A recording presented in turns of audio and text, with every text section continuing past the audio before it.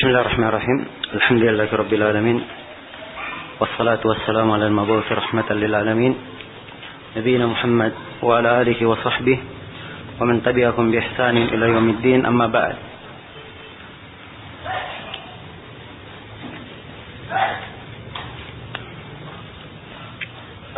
Ini majelis yang ke 34 dari penjelasan kitab syarah atau penjelasan kitab Ad-Durrarul Bahiyah fil Masail al-Fiqhiyah karya Al-Imam Asy-Syaukani rahimahullahu taala.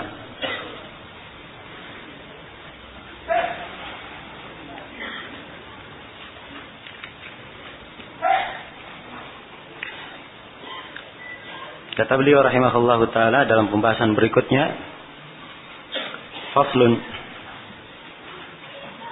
Nah, fasal, ya demikian tertulis kalimat fasal di dalam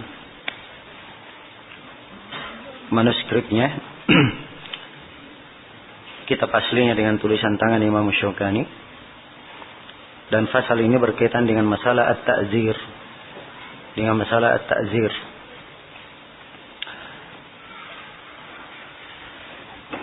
Dan ta'zir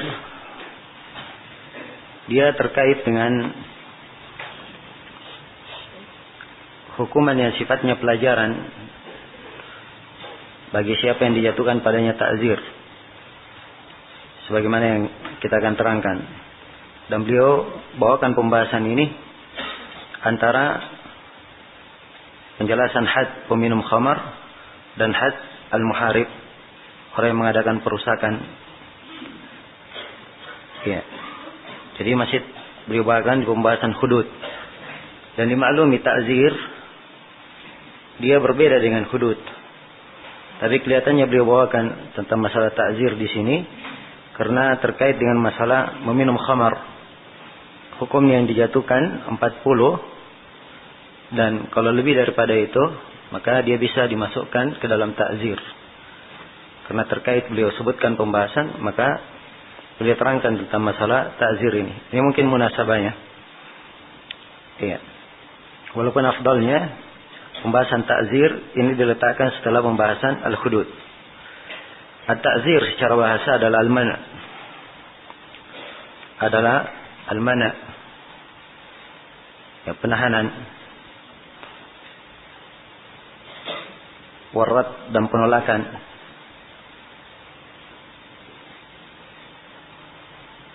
Nah, ini makna ta'zir secara bahasa. Dan secara istilah, ta'zir adalah uqubatun ghairu muqaddaratin syar'an tajibu haqqan lillahi aw li adamiyyin fi kulli ma'siyatin laysa fiha haddun wala kaffarah ghaliban.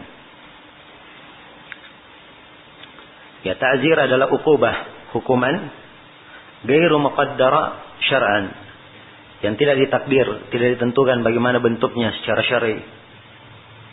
Ya. Jelas ya? Ini perbedaannya dengan apa? Al-hudud. So, kalau al-hudud dia uqubat apa? Ditentukan. Ya. Seorang yang mencuri ditentukan apa hukumnya. Seorang yang minum khamar apa hukumnya. Seorang yang menuduh apa hukumnya, jelas diterangkan. Tapi kalau ta'zir dia uqubah, diberikan hukuman tapi tidak ada ketentuan apa hukumnya yang dijatuhkan.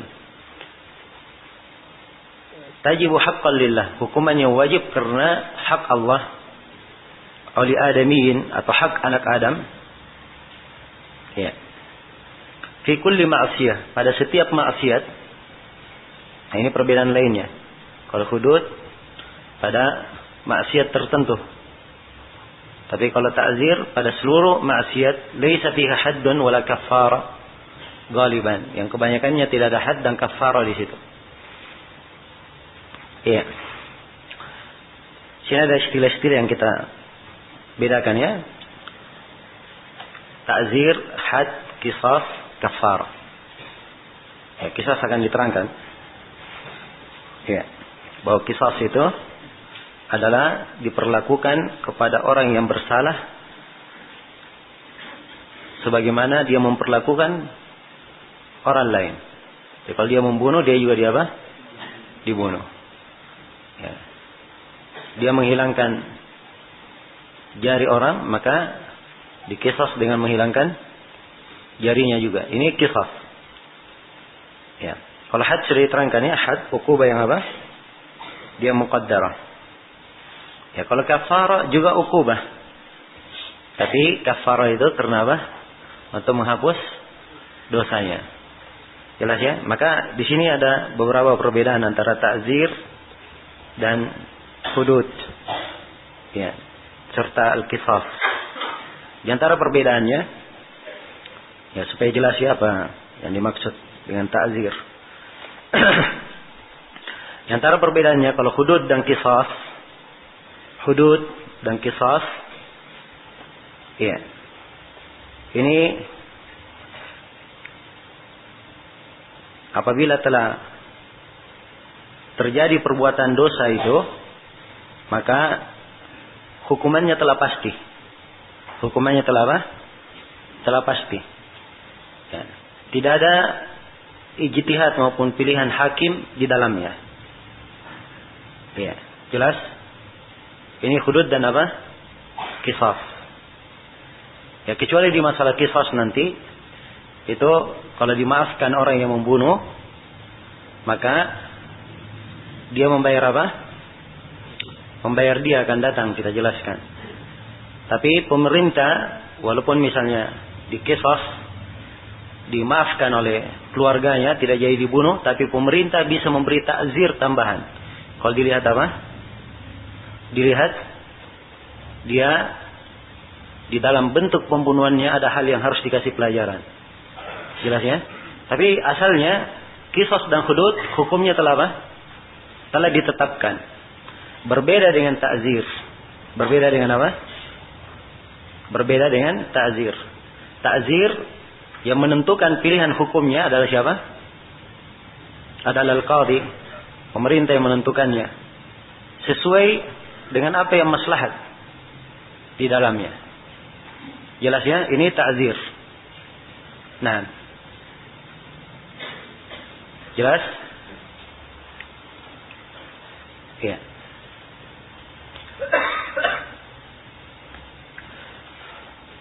Baik.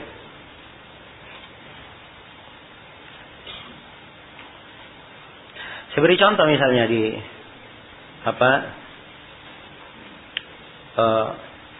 banyak dari negeri-negeri Islam atau di sebagian negeri Islam yang menerapkan tentang hukum bagi orang yang memakai narkoba.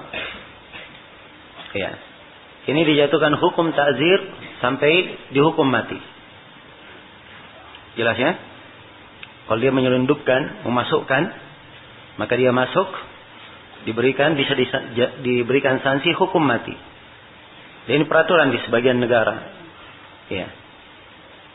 Dan telah berlalu, ya, narkoba ini dia mirip dengan apa? Khamar. Tetapi dia dari sisi akibat lebih fatal daripada apa? Khamar. Khamar menghilangkan akal sementara. Kalau narkoba lebih daripada itu. Ya, lebih daripada itu akibatnya. Karena itu dijatuhkan hukum dengan hukum ta'zir sampai ke hukum mati bagi siapa yang yang menyebarkannya. Ya, ini dalam bentuk ta'zir adalah haknya al-qadhi dilihat kemaslahatan. Dilihat kemaslahatan di dalam hal ini. Jelas ya? Baik, kemudian perbedaan berikutnya, kalau hukum al-hudud, ya, al-hudud dan qisas, apabila telah ditegakkan terhadap pelaku, maka tidak ada maaf lagi di situ. Tidak ada maaf, tidak ada syafaat, dan tidak bisa digugurkan kecuali qisas nanti. Kalau dimaafkan oleh siapa? Oleh pemilik hak. Ya, kalau ta'zir, nah ini bisa untuk apa? Ada pemaafan di dalamnya dan bisa diberi syafaat kalau memang ada maslahat. Ya. Jelas ya? Kalau memang ada maslahatnya. Baik, ini perbedaan yang kedua.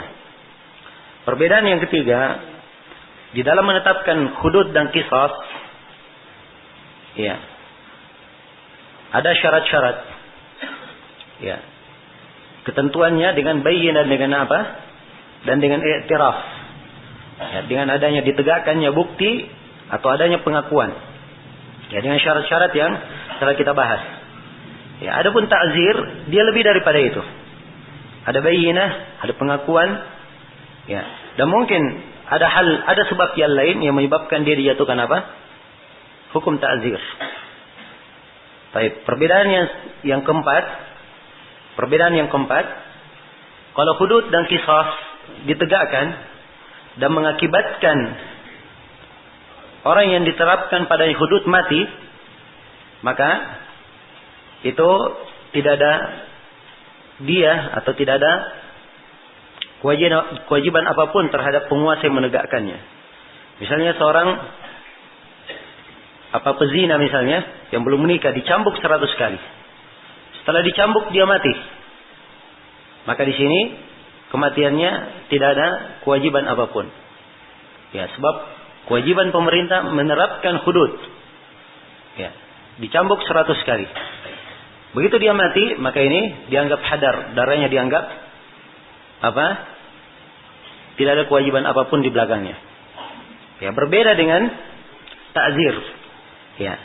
Menurut pendapat sebagian para ulama, walaupun ada yang berpendapat bahwa ta'zir ini sama dengan apa? Hudud. Kalau misalnya dita'zir kemudian dia mati. Ya. Dita'zir dia mati. Tapi sejumlah dari para ulama berpendapat ya, harus ada dhaman, harus diganti oleh apa? Penguasa di dalam hal tersebut. Nah, baik. Kemudian perbedaan yang keberapa sekarang? Yang kelima. Ya. Kalau di dalam hudud itu boleh rujuk dari hudud. Ada boleh apa? Boleh rujuk. Kapan rujuk itu? Diperbolehkan? Sudah dibahas atau tidak dalam hudud boleh rujuk?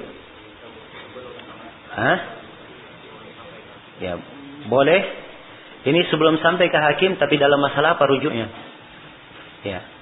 Hudud itu sabit dengan dua hal kan? Tetap dengan dua hal. Dengan i'tiraf, dengan ikrar, dan dengan apa? Dan dengan saksi. Ya, kalau saksi, ini tidak ada rujuk. Apabila sudah saksi. Sebab saksi kalau dia rujuk, semuanya akan dia apa? Dicambuk 80 kali. Kalau dia rujuk. Ya. Tapi yang dimaksud di sini rujuknya dalam apa? Ikrar. Ya, dia sudah mengakui dirinya berbuat zina misalnya. Ya. Setelah itu dia rujuk dari pengakuannya. Ini diterima. Jelas ya? Rujuknya. Tapi kalau ta'zir, ya, ini tidak ada keterkaitannya dengan rujuk atau tidak. Sebab ini hukuman yang akan ditetapkan oleh hakim karena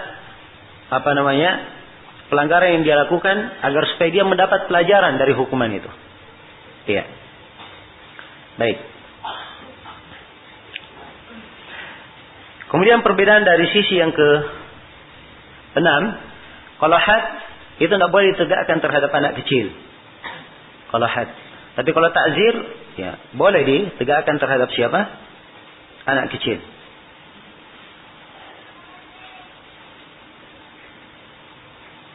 Nah, jadi itu secara global perbedaan antara al-hudud dan apa? At-ta'zir. Hudud, al-qisas, at-ta'zir. Baik.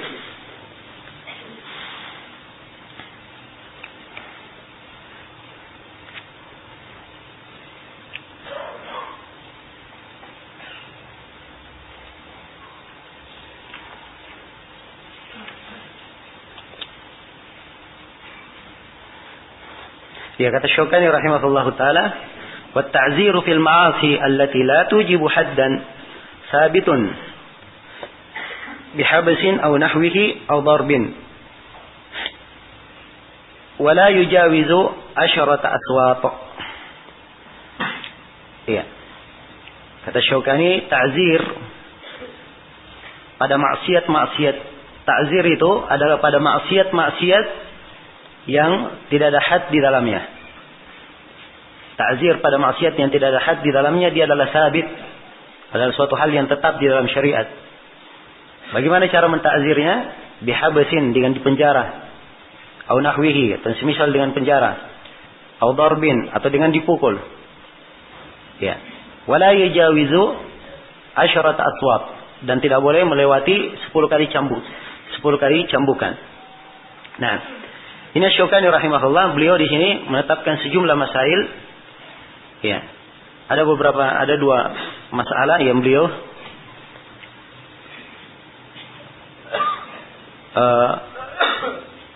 menetapkannya di sini, dan ada perbedaan pendapat dengan ulama yang lainnya. Yang pertama, beliau memandang bahwa ta'zir ini itu hanya pada maksiat yang tidak ada hadnya. Pada apa? Maksiat yang tidak ada hukum had. Jadi kalau dia sudah ditetapkan hukum had, maka tidak boleh ditambah lagi ta'zir di atasnya. Ini bagi siapa? Bagi Asy-Syaukani. Ya, dan ini pendapat tidak kuat. Sebab ta'zir itu bisa juga ditetapkan pada hukum yang telah apa? Telah ada hadnya. Misalnya ada seorang yang berzina misalnya. Ya, dia berzina. Ya, menzinai seorang perempuan. Orang ini belum menikah. Dia belum menikah. Sisi hukum had apa yang ditetapkan? Dicambuk 100 kali dan diasingkan selama setahun. Tapi pemerintah boleh menjatuhkan ta'zir tambahan. Dan diputuskan hukumannya dengan hukuman mati. Ya, kalau apa? Kalau misalnya zinanya bukan dengan cara biasa, tapi dia memperkosa. Misalnya. Ya. Dengan dia apa?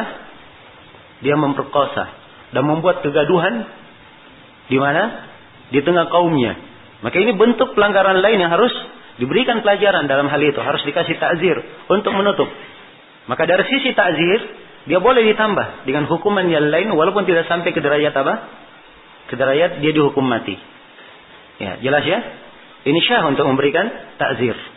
Sebab memang ta'zir, ya, dia tidak diharuskan pada sebuah maksiat yang ada hadnya. Tidak diharuskan pada sebuah maksiat yang ada hadnya, dan dia juga tidak khusus pada maksiat yang tidak ada hadnya. Ya, asal dari ta'zir adalah memberi pelajaran agar supaya seorang itu jerah di dalamnya. Nah, disinilah letak keindahannya syariat di dalam apa? Mengatur maslahat di dalam hukum. Ya. Jadi ada hukum yang muqaddarah dan ada hukum yang apa? Bisa dikembangkan di situ bagaimana bentuk hukumnya sesuai dengan kemaslahatan. Sesuai dengan kemaslahatan. Karena itu, ya, ta'zir kadang dari sisi kemaslahatan dia boleh sampai membunuh. Misalnya di pembahasan jihad nanti boleh membunuh mata-mata. Ya. Jelas ya? Boleh membunuh mata-mata. Ya. Dan mata-mata itu beraneka ragam. Demikian pula kalau mata-matanya adalah mata-mata muslim, boleh sampai dibunuh. Ya. Ini ta'zir hukumnya. Boleh sampai apa? Dibunuh. Ya. Kemudian demikian pula orang yang memecah jemaah kaum muslimin. Ya, kalau ada yang memecah jemaah misalnya ingin melakukan kudeta terhadap penguasa, maka dia boleh dihukum secara ta'zir di sampai apa? Sampai ia dibunuh.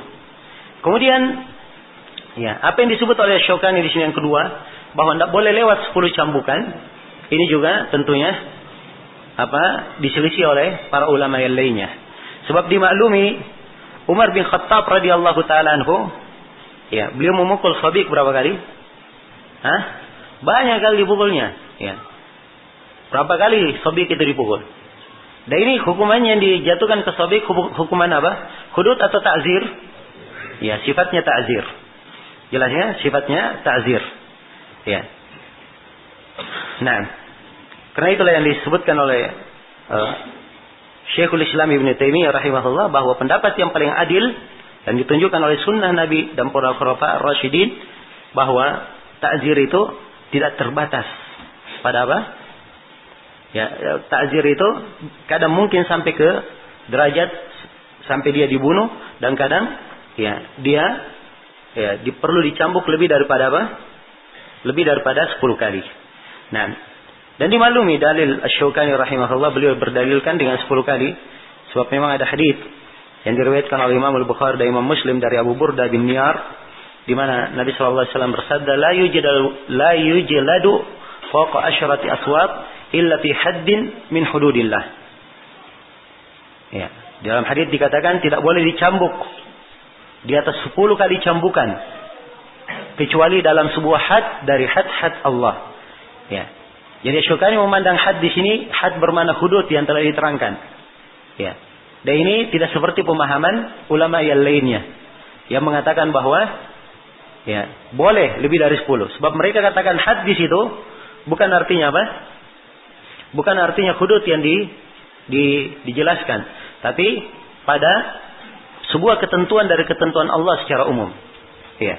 Jelas ya, boleh untuk dijatuhkan ta'zir. Baik.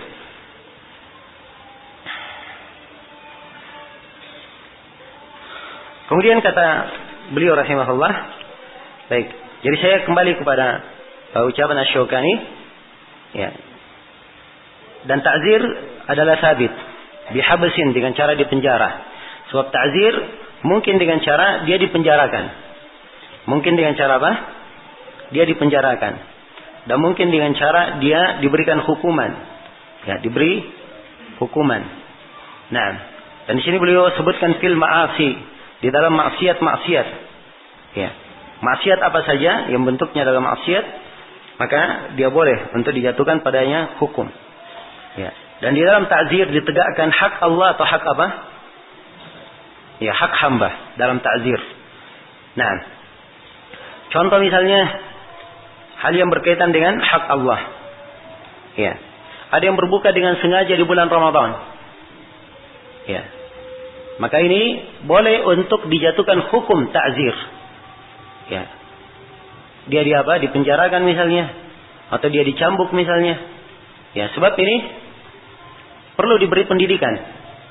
Perlu diberi pelajaran. Orang sedang berpuasa dia pergi apa? Berbuka sengaja di bulan Ramadan. Ya, jelas ya. Nah, ini contoh ya dari hak Allah. Ya, contoh dari hak makhluk yang diberi ta'zir. Yang contohnya misalnya kalau ada orang yang dia mencium istri orang lain. Ya. Maka ini dia harus dikasih ta'zir. Jelas ya? Harus dikasih apa? Dikasih ta'zir. Ini penjagaan terhadap hak makhluk. Nah, baik, ini diantara contoh ta'zir. Ta'zir itu sebagaimana yang saya sebutkan, kadang boleh sampai tahapan dia dibunuh. Ya. Boleh dengan dia dipenjara. Boleh dengan dia dicambuk. Ya. Boleh ta'zir pula dengan harta. Ya, apakah hartanya dia membayar denda harta atau dia diambil hartanya? Atau dia diambil apa? Diambil hartanya. Nah, dan ini dari hal-hal yang luas di dalam pembahasan ta'zir. Ya, karena memang dia adalah pembahasan yang luas dan kaitannya secara umum, secara siasah syariah, maka ini tentunya dipertimbangkan oleh pemerintah. Ya, secara khusus di bagian peradilan mereka. Nah, jelas sampai sini ya? Baik. Ya, dan dimaklumi ya, jenis-jenis kriminal itu berkembang. Ya, cara-caranya beraneka ragam. Ya. Maka disinilah pentingnya had ta'zir ini, sehingga membuat orang itu jera dan tidak berani melakukan apa? Ya, tidak berani melakukan perbuatan yang bisa merugikan orang lain. Ya. Baik. Kemudian kata Syaukani rahimahullah, beliau menjelaskan pembahasan berikutnya.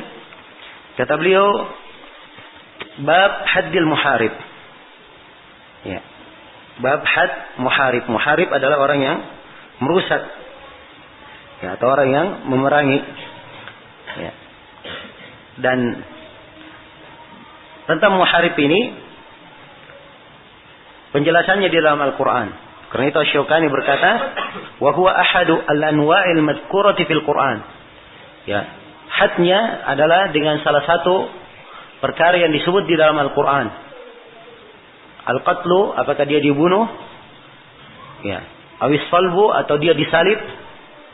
Au qat'ul yadi war rijl min khilaf, atau dipotong tangan dan kakinya secara bersilang, awin nafyu minal ard, atau dia diasingkan dari muka bumi.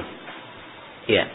Ini jenis dari hukuman dipilih, dan hukuman ini diterangkan di dalam Al-Quran. Allah Subhanahu wa Ta'ala berfirman, ayatnya di surah Al-Maidah,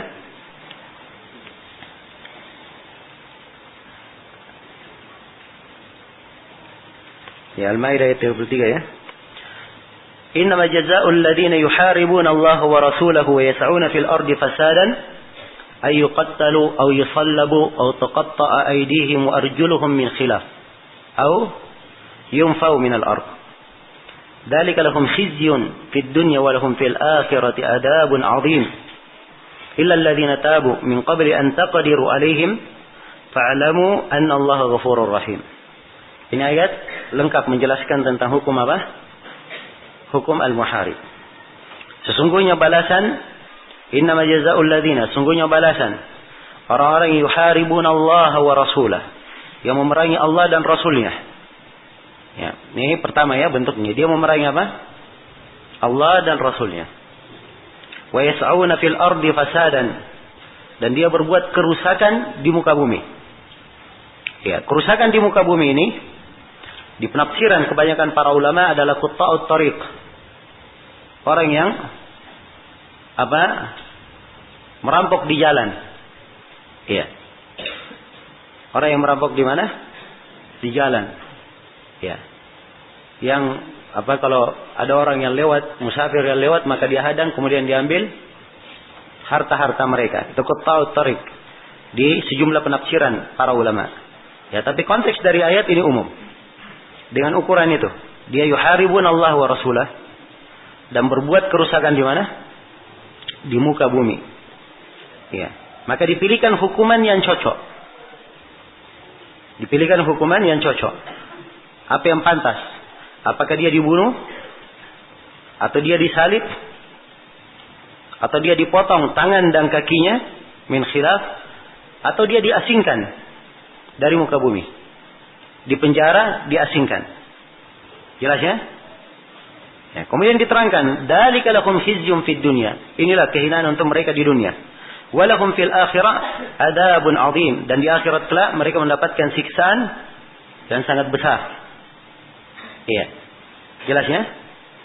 Maka ini hukum tentang al-muharib. Ya. Orang-orang yang mengadakan kerusakan di muka bumi. Iya. Karena itulah tadi saya sebutkan juga bahwa kadang di sebagian keadaan, ya, sebagian bentuk-bentuk kriminal yang terjadi itu diarahkan kepada bentuk menyebarkan kerusakan di muka bumi.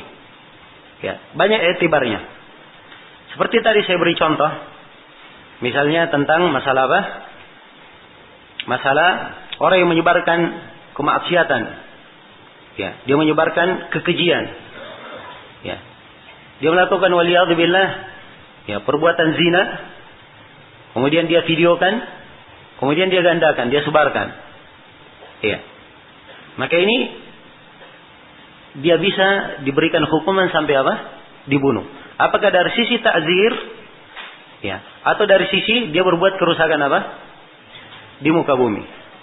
Dia berbuat kerusakan di muka bumi. Nah, dan beberapa waktu yang lalu, ya, Syekh Shalih Al-Luhaidan, beliau pernah ditanya di sebagian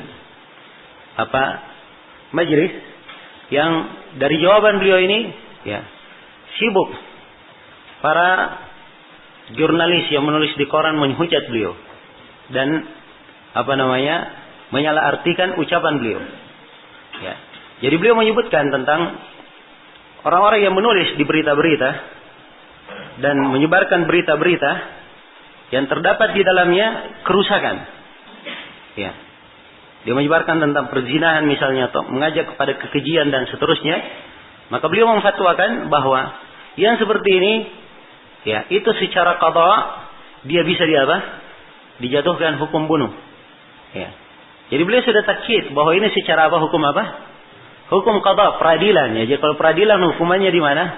Peradilan yang menentukan. Kalau memang mereka yang menegaskan dan melihat keadaan. Mereka sebarkan bahwa Ya, Syekh Shalih Al-Hidan itu memberi fatwa untuk membunuhi para jurnalis. Ya. Dan kalimat macam-macam mereka sebutkan. Ya. Inilah hal-hal yang kadang muncul, subhanallah, dari sebagian orang yang tidak mengambil nasihat. Tidak mengambil nasihat. Iya. Padahal, ya, fatwa beliau pada tempatnya. Pada tempatnya. Sebab ini memang kemaslahatan dijaga di dalam syariat kita. Dijaga dan diperhatikan di dalam syariat kita agar supaya tidak terjadi kerusakan di muka bumi. Iya. Jelas ya? Ya, kalau misalnya ada yang bertanya kenapa ya terus perbuatan itu semakin banyak ya terjadi, bahkan setiap hari, hampir setiap hari ada berita, pasti ada berita-berita. Ya, mungkin tidak lepas dari berita yang seperti itu. Nah, ada penyebaran ini, penyebaran itu, penyebaran itu. Ya. Ini karena akibatnya tidak ada pelajaran yang membuat mereka jerah. Ya. Coba kalau dikasih pelajaran yang membuat mereka jerah. Hah? Kira-kira ada yang melakukannya? Ya. Nah, di sini letak keindahan di dalam syariat ini. Jelas ya? Itu menjaga kemaslahatan umum. Ya, menjaga akal manusia, menjaga kehormatan mereka dan menjaga agama mereka. Ya. Menjaga agama mereka. Ya. Jelas ya? Baik.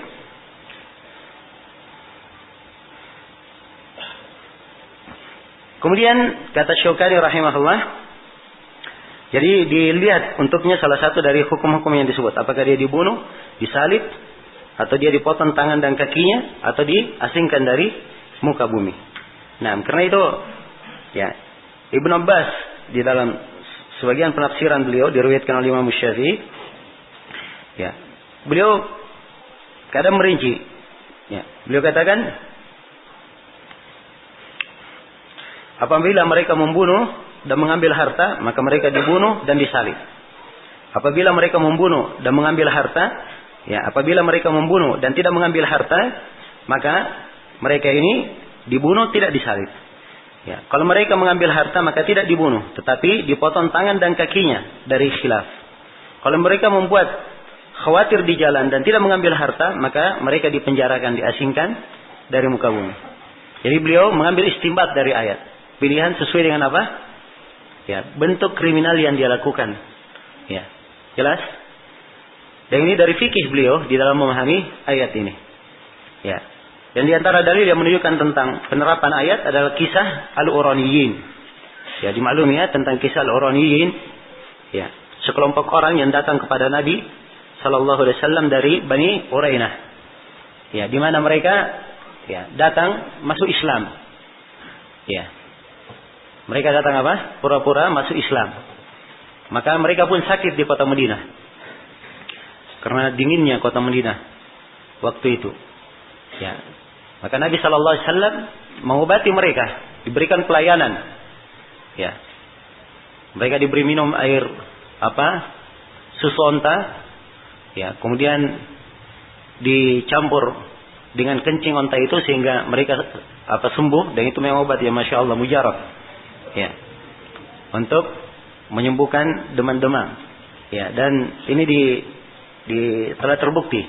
Ya, jelas ya. Maka setelah mereka sembuh, ya, mereka membunuh pengembala onta Nabi Sallallahu Alaihi Wasallam. Kemudian onta itu mereka bawa. Ya. Perhatikan. Bagaimana kerusakan yang mereka mereka buat. Maka dikejar oleh para sahabat. Didapat mereka semuanya. Ya. Kemudian mereka ya, semuanya dipotong tangan dan kakinya. Ya. Kemudian mereka dijemur sampai mati. Ya. Ini masuk dalam hukum apa? Hukum ini sebab yuharibunallaha wa rasulahu wa yas'auna fil ardi fasada, dua sekaligus. Yang memerangi Allah dan Rasulnya dan berbuat kerusakan apa? Di muka bumi. Karena itu berlapis. Ya. Hukum yang dikenakan terhadap mereka. Sudah disalib, dipotong tangan dan kakinya, kemudian apa? Juga dibunuh. Iya. Baik. Ini hukum ta'zir. Apa hukum terhadap had al-muharib? Kemudian kata beliau rahimahullah, wa yaf'alul imamu minha ma ra'a fihi salahan. Kata Syaukani, dan seorang pemimpin, seorang imam, Ya. Ini perhatikan ya bahasanya di dalam pembahasan hudud. Terus imam yang apa? Menegakkan hukum. Ya, sebab ini tidak ada di dalam bentuk peradilan kita apa yang dikenal dengan main hakim sendiri. Ya, ada pencuri dapat, ya sudah diadili sampai mati. Ya. Ini tidak ada zalim terhadap pencuri tersebut. Pencuri paling tinggi hukumannya dia apa? Dipotong tangannya. Kalaupun ada diberikan takzir, maka itu tentunya karena suatu hal dan suatu hal yang lainnya. Ini bahkan kadang, ya subhanallah, sebagian masyarakat kita ada orang yang belum jelas mencuri, sudah dihakimi sampai mati. Ya. Dan ini banyak sekali kasus yang telah berulang. Ini akibatnya karena apa? Ya, tidak memahami sebenarnya apa yang dimaksud dengan kemaslahatan. Ya, apa yang dimaksud dengan kemaslahatan. Baik. Jadi, ya, ini penentuan hukum ini semuanya di tangan pemerintah atau di peradilan, diterapkannya. Iya. Kemudian kata beliau, iya.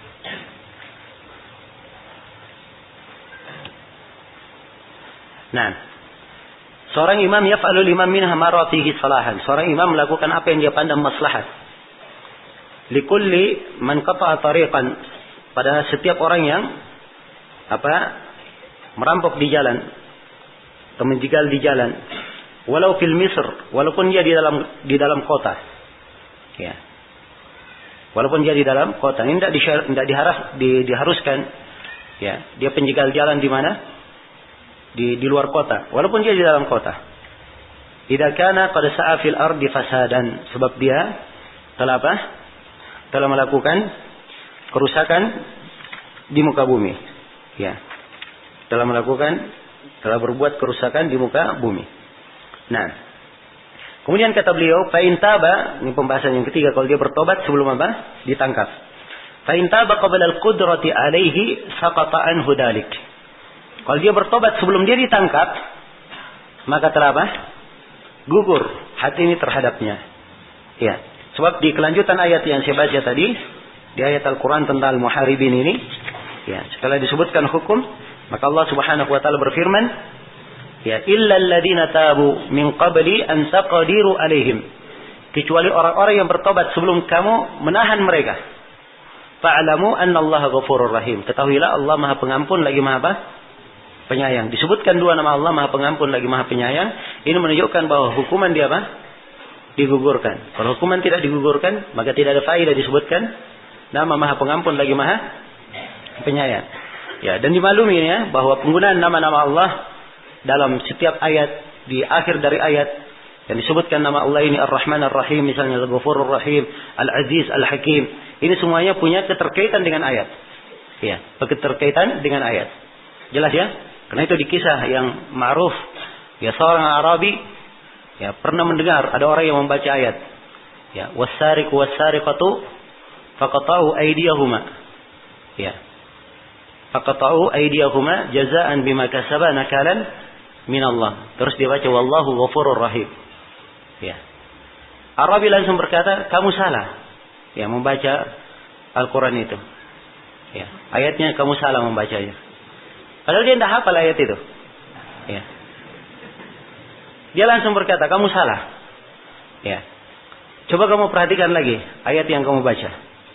Maka orang ini dia kira diri sudah benar, dia buka, oh ya memang ternyata dia salah. Ya. Dia luruskan bacanya, yang salahnya di belakang. Ya. Dia tadinya baca wallahu ghafurur rahim. Ya. Di akhirnya dia luruskan wallahu azizun hakim. Nah, kata Arabi sekarang baru benar. Ya.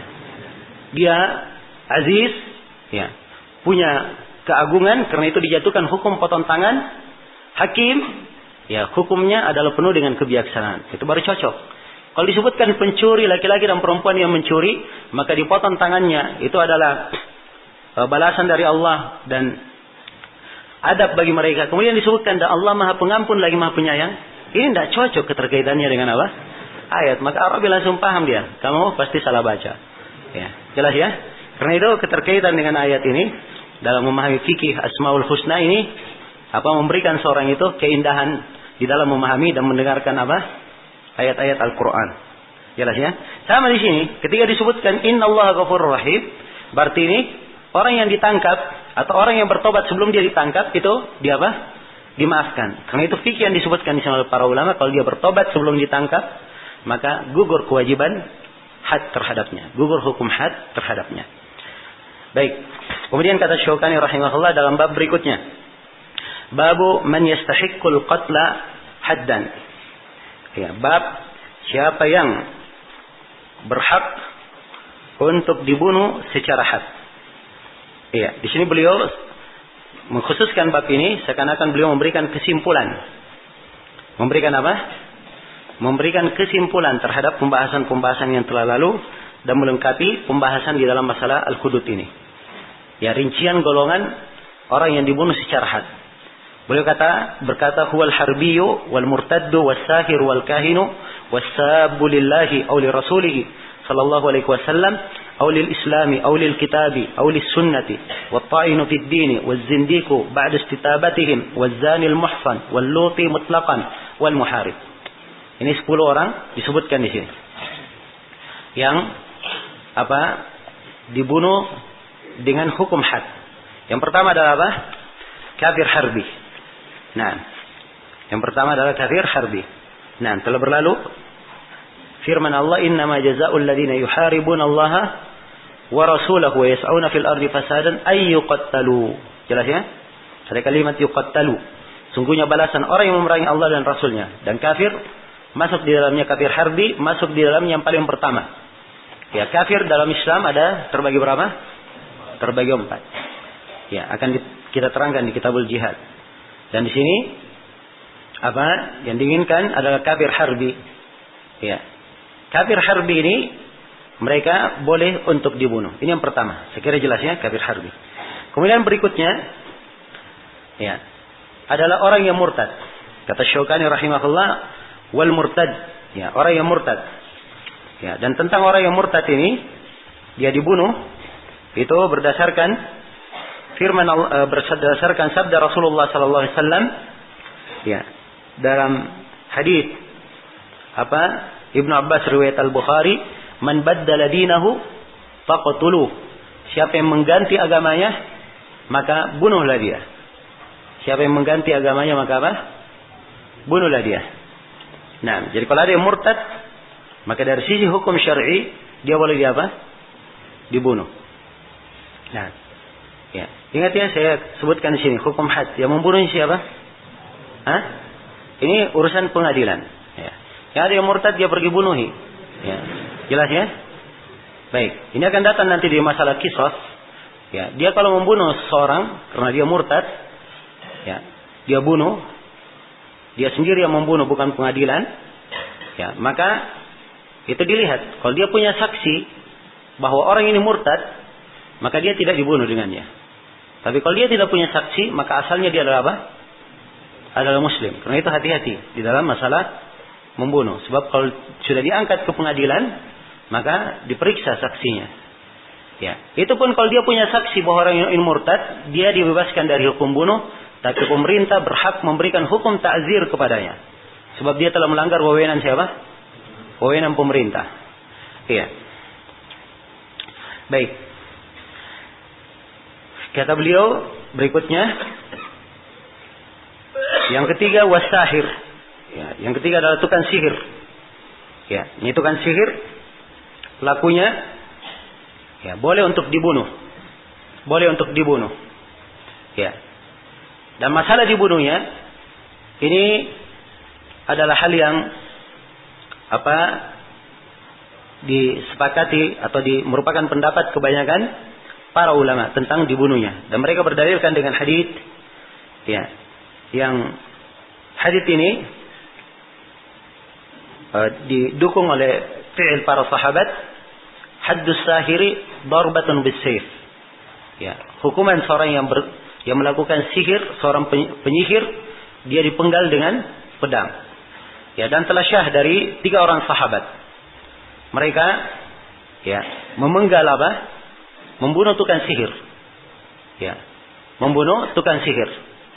Dan apa yang mereka lakukan ini? Kalaupun mereka bunuh seperti yang saya terangkan tadi, maka mereka ini apakah punya wilayah kekuasaan atau telah diizinkan oleh penguasa untuk apa? Melakukannya. Jelas ya? Baik, ini tukang sihir, as-sahir. Berikutnya adalah al-kahin, itu kan ramal.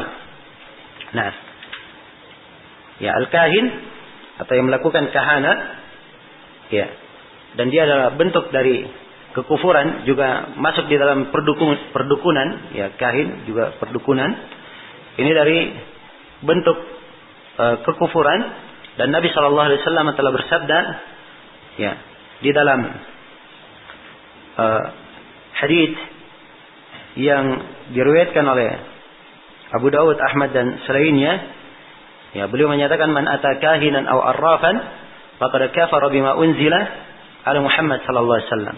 Siapa yang mendatangi seorang kahin, ya, seorang dukun atau arrafan atau seorang peramal, maka dia telah kafir, ya, terhadap apa yang diturunkan kepada Nabi Muhammad sallallahu alaihi wasallam. Baik. Ini jelas ya. Kemudian berikutnya, wasabulillahi, orang yang mencelah Allah, Rasulnya, Islam, ya, atau Al-Quran dan As-Sunnah. Dia ada mencelah hal ini, salah satu dari hal ini, maka ini telah menyebabkan dia kafir, keluar dari Islam. Ya, dan dimaklumi ya, ini hukum di dalam masalah orang-orang yang murtad, orang-orang yang batal keislamannya. Orang yang seperti ini boleh dijatuhkan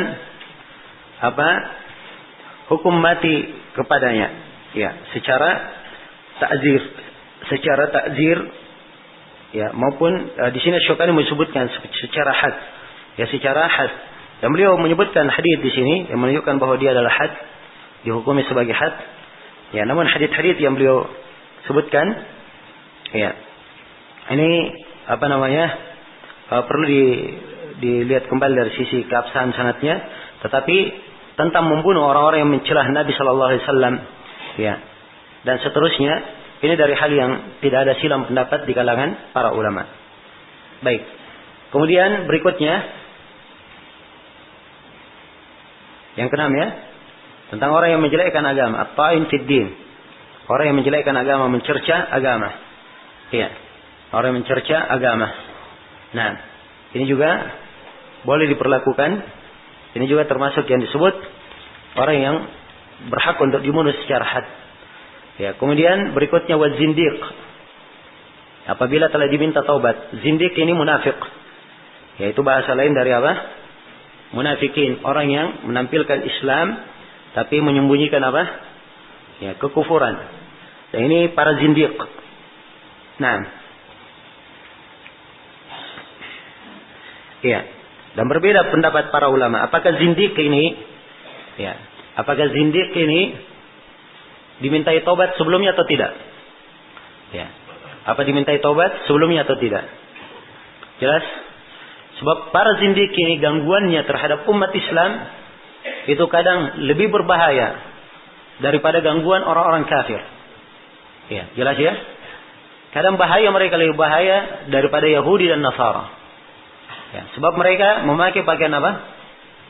Pakaian Islam, ya, berlebar dengan label Islam, ya, tapi mereka menghancurkan Islam dari dalam. Inilah kaum zindikun yang sekarang banyak bertebaran, ya, yang sekarang banyak bertebaran dengan berbagai pakaian. Ya, di antara yang paling berbahayanya di Indonesia ini apa yang disebut dengan Jemaah Islam Liberal, ya, jaringan ya, jaringan Islam liberal, ya.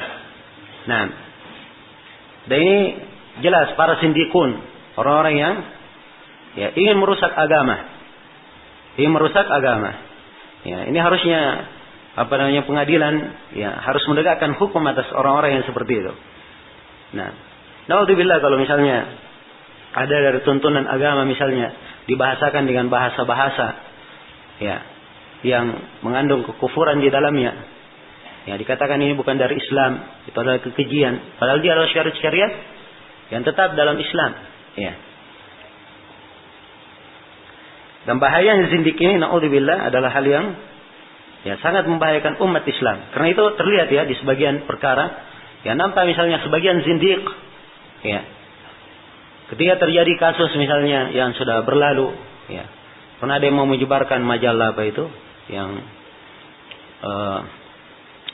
majalah porno, ya. Kemudian muncul sebagian zindik mengatakan, "Oh, itu tidak ada masalah. Di Al-Qur'an juga ada porno-porno." Ya. Karena ada disebutkan apa? Ya, hukum tentang menyusui, ya, menyusui itu porno katanya. Ya. Ini naudzubillah. Perhatikannya bahasa-bahasa para zindikun, ya. Dan ini tidak diucapkan oleh orang-orang kafir. Tidak ada orang kafir yang mampu mengucapkannya. Ya, hanya para zindik ini yang otaknya mengarah ke sana. Ini kerusakannya sangat besar bagi umat. Iya. Maka itu, karena itu wajar kalau dijatuhkan, ya, hukum ini terhadap apa? Terhadap mereka. Sebab zindik ini lebih fatal daripada orang yang murtad dari sisi apa? Ya, perbuatan dan tingkah laku yang mereka tampilkan. Nah, kemudian berikutnya adalah orang yang berzina dalam keadaan dia muhsan. Orang yang berzina dalam keadaan dia muhsan. Dan ini telah kita terangkan, ya. Dalam keadaan muhsan artinya dia sudah apa? Sudah menikah. Ya. Dan telah kita sebutkan syarat dari muhsan itu, ya, ada 3 sebagaimana yang telah berlalu. Kemudian waluti mutlaqan. Ya. Nah, ini kalimat luti ini kalimat yang tidak benar. Maksudnya jangan digunakan seperti itu. Ya, dan ini bahasa dipakai oleh sebagian ahli fikih, dan ini bahasa yang tidak bagus. Sebab luti artinya nisbat kepada Nabi Lut, dan tentunya Nabi Lut alaihi salam ya sangat tidak boleh dinisbatkan dengan hal yang seperti ini. Walaupun orang yang mengucapkan kalimat Lut ini maksudnya dia adalah apa? Orang yang beramal dengan amalan kaumnya Nabi Lut. Kan begitu? Ya. Maka ini penggunaan yang salah. Ya, suatu hal yang salah dan keliru harus dihindari. Jadi pelaku homoseks ini telah berlalu bahwa dia boleh untuk dia apa? Dibunuh secara had. Kemudian yang ke-10 adalah al-muharib. Yang ke-10 adalah al-muharib. Baik, ini disebutkan oleh Syaukani rahimahullah, dan beliau memandang semuanya dibunuh secara had. Kalau masalah dibunuhnya, iya, ini adalah hal yang semuanya disepakati untuk Imam Syaukani. Tapi apakah dibunuh secara had atau secara ta'zir, ini tentunya mengandung kemungkinan ini dan itu. Jelas ya? Tapi masalah boleh dibunuh, ya di peradilan ini boleh ditetapkan hukum bunuh untuk apa? 10 orang ini. Baik, selesai sudah pembahasan tentang al-hudud. Kemudian setelah itu beliau berpindah menjelaskan tentang al-qisas. Kata Syaukani rahimahullah ta'ala, kitabul qisas. Ya.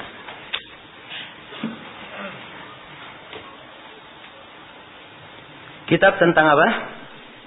Al-qisas. Ya.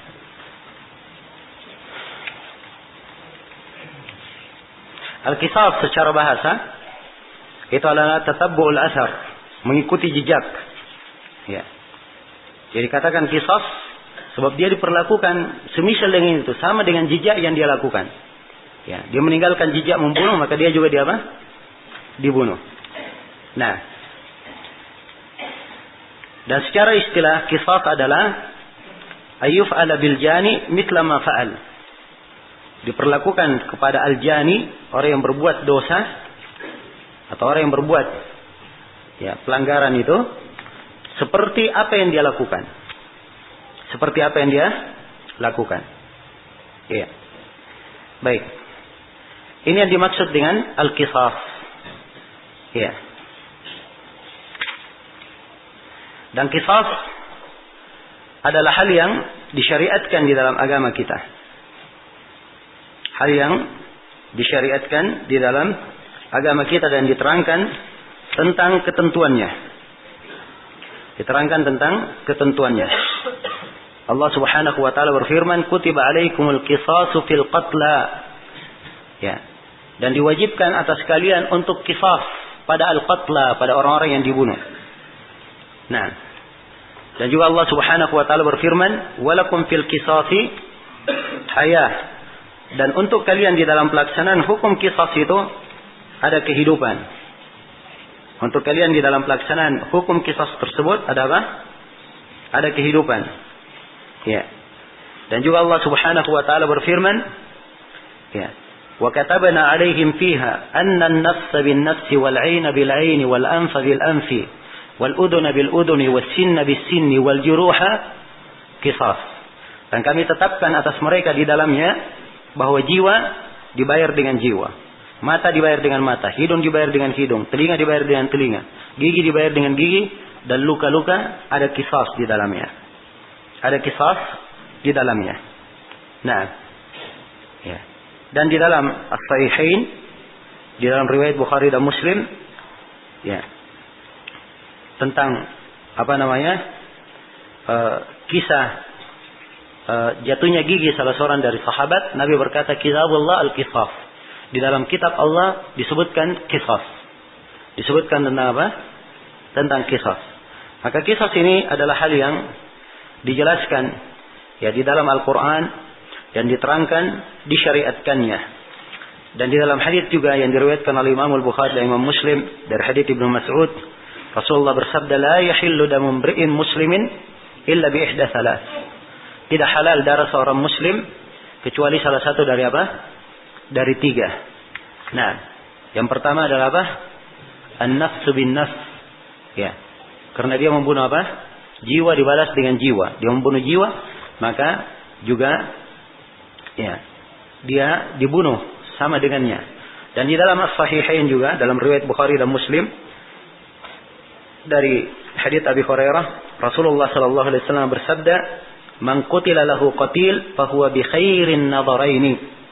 Siapa yang dibunuh ya, untuknya atau dibunuh darinya seorang keluarga yang terbunuh, maka dia memilih dari 2 yang terbaik.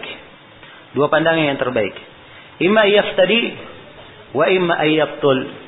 Apakah dia minta fidyah ya, atau minta fidyah, ini maksud dengan apa? Dia, atau dia minta agar supaya dia dibunuh, yaitu diqisas. Jelas ya? Maka ini yang disebut di dalam Al-Quran tentang al-qisas.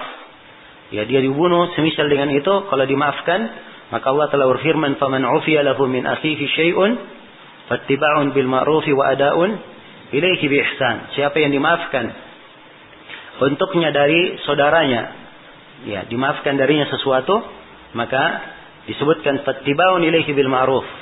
Diikuti dengannya dengan hal yang ma'ruf, wa ada'un ilaihi bi ihsan. Maksudnya dia membayar dia. Ya, di dalam hal ini. Baik. Ini sebagian ketentuan-ketentuan yang menjelaskan tentang hukum-hukum apa? Al-qisas. Ya. Hukum al-qisas. Baik. Ya. Asy-Syaukani rahimahullahu taala menjelaskan di sini, setelah kita terangkan pembahasan pertama dalil-dalil tentang kewajiban qisas, sekarang beliau terangkan tentang syarat-syarat orang yang diqisas. Kata beliau, yajibu 'alal mukallaf al-mukhtar al-'amid idza ikhtara dzalika al-waratha wa illa falahum talabud diyah. Wajib qisas itu dijatuhkan terhadap mukallaf. Orang yang mukallaf mukhtar. Dia lakukan dengan sengaja, bukan terpaksa. Amid. Ya. Mukhtar amid. Dia sengaja di dalam perbuatannya. Dianya sendiri bukan terpaksa, dan perbuatannya sendiri adalah perbuatan yang disengaja. Ya. Bukan kesalahan darinya. Ya, bukan kesalahan darinya. Tapi dia sengaja. Nah, jelas ya? Dia sengaja. Ya. Baik.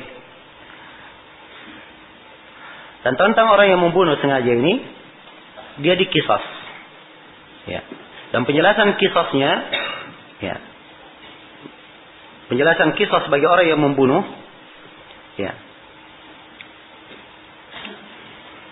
Yajib 'alal mukallaf idza ikhtara dzalika al-waratha wa illa falahum talabud diyah. Apabila warasanya meminta, maka di sini yang dibahas adalah apa? Qisas dalam membunuh. Sebab kalau yang dipotong pada anggota tubuh, pada badan, ini akan disebutkan oleh Syaukani penjelasannya. Jadi sini beliau menyinggung tentang orang yang dibunuh. Ya. Tentang orang yang dibunuh. Ya, sebelum saya terangkan, harus diketahui ya bahwa ya, dalam pembunuhan itu terkait dengan 3 hak. Terkait dengan apa? 3 hak. Ada hak Allah di dalamnya. Ya. Ada hak orang yang terbunuh. tidak ada hak keluarga yang dibunuh. Jadi terkait dengan apa? 3 hak. Hak Allah itu bisa gugur kalau dia apa? Bertobat kepada Allah. Jelas? Bertobat kepada Allah. Nah, adapun hak keluarga yang dibunuh, maka itu bisa gugur dengan cara dia dikisah atau dia membayar dia atau dia dimaafkan. Ya, atau dia dikisah atau dia membayar dia. Nah, adapun hak orang yang dibunuh, maka ini adalah antara dia dan antaranya pada hari kiamat. Dan kalau dia jujur dalam tobatnya, maka Allah akan membantunya menyelesaikan masalahnya pada hari kiamat. Jelas ya? Ya. Kemudian membunuh itu sendiri di kalangan kebanyakan para ulama, ini kita berpendapat menyebut di kalangan apa? Kebanyakan para ulama bahwa membunuh itu terbagi 3. Ada membunuh dengan sengaja, ada membunuh mirip dengan sengaja, dan ada membunuh tidak sengaja atau apa? Ya, membunuh karena kesalahan. Ya, dia salah. Ya, kalau dibahasakan tidak sengaja itu lebih bagus ya. Dia membunuh tidak sengaja. Jelas? Ini 3 pembagian. Ya. Dan ini pembagian yang dipegang oleh kebanyakan ulama. Di kalangan orang-orang Malikiyah, mereka hanya kenal 2 saja. Membunuh sengaja dan membunuh apa? Tidak sengaja. Berdasarkan nas Al-Quran. Sebab memang di Al-Quran hanya disebutkan apa? 2. Yang pertama disebutkan dulu membunuh tidak sengaja. Allah berfirman, "Wa ma kana lil mu'minin ay yaqtula mu'minan illa khata'a." Tidaklah seorang mukmin itu membunuh mukmin yang lainnya kecuali apa? Dalam keadaan tidak sengaja. Ya. Kemudian diterangkan bagaimana hukum orang yang membunuh tidak sengaja ini. Apa yang harus dia apa? Apa sanksi yang harus dia tanggung? Ya. Apa sanksi yang harus dia tanggung? Setelah itu di ayat berikutnya disebutkan waman yaqtul mu'minan muta'ammidan. Siapa yang membunuh jiwa seorang muslim dengan sengaja, maka inilah yang disebutkan hukuman yang berat untuknya. Jelas ya? Baik. Ini 2 yang disebut dalam Al-Quran. Adapun yang mirip sengaja, itu disebutkan di dalam hadis Rasulullah sallallahu alaihi wasallam. Hadisnya dikeluarkan oleh Imam 5 kecuali At-Tirmidzi dari Abdullah bin Amr bin As. Dan hadisnya disahihkan oleh Syekh Al-Albani.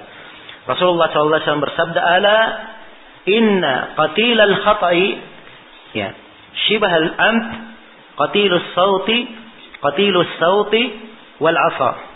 Fihi mi'atun minal ibil, minha arba'una fi butuniha auladuha." Ya. Kata beliau, ketahuilah, sesungguhnya siapa yang dibunuh tidak sengaja, mirip sengaja.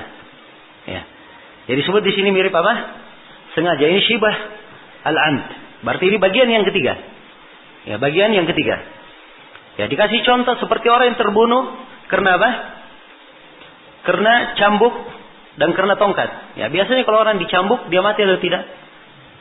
Ya, tidak mati. Tapi ini dicambuk langsung mati. Ya. Jelas? Maka ini dianggap apa? Mirip sengaja. Ya. Kalau dikatakan tidak sengaja dia cambuk, kan begitu? Ya.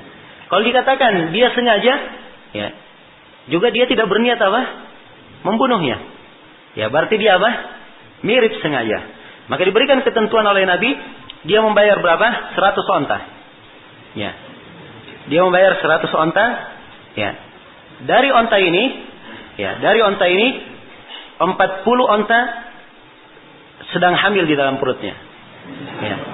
Ini dilebihkan ya, di atas orang yang membunuh tidak sengaja. Ya, kalau orang yang membunuh tidak sengaja, maka dia juga membayar 100 onta, membayar dia, sebab dia itu akan diterangkan di bab dia, ya, dia itu ya dengan 100 onta dan ada rincian-rincian akan kita terangkan 100 onta, 200 kerbau atau 1000 kambing ya dan seterusnya dari keterangan di dalam dia. Ya. Jelas ya? Baik, saya belum selesai. Antum sekarang ada salah paham memahami. Ya. Saya belum selesai membahas masalah dia. Ya. Akan kita terangkan siapa yang menanggung ini. Akan kita jelaskan siapa yang menanggungnya. Jelas ya? Baik. Jadi secara global ya pembunuhan itu ada 3 bentuk di dalam syariat kita. Yang pertama adalah membunuh dengan apa? Sengaja. Yang kedua, mirip sengaja. Yang ketiga, tidak sengaja. Jelas. Baik, sekarang kita mulai yang pertama. Membunuh dengan apa? Sengaja. Ya. Orang yang membunuh secara sengaja itu dalam istilah para fuqaha, orang yang membunuh jiwa yang maksum. Ya. Dia membunuhnya dengan sengaja. Membunuhnya dengan sengaja, dengan alat yang dugaan besarnya dia akan mati dengan alat tersebut. Ya, jelas ya, itu definisinya. Ya, maka dari definisi ini nampak bahwa membunuh dengan sengaja itu dianggap dia membunuh dengan sengaja itu kalau terpenuhi beberapa syarat. Syarat yang pertama, ada maksud dari si pembunuh untuk membunuh. Itu syarat yang pertama, ada maksud dari si pembunuh. Kemudian syarat yang kedua, orang yang dibunuh itu adalah siapa? Anak Adam yang maksum darahnya. Yang apa? Maksum darahnya, terjaga darahnya. Ya. Maksudnya dia adalah apa? Seorang muslim.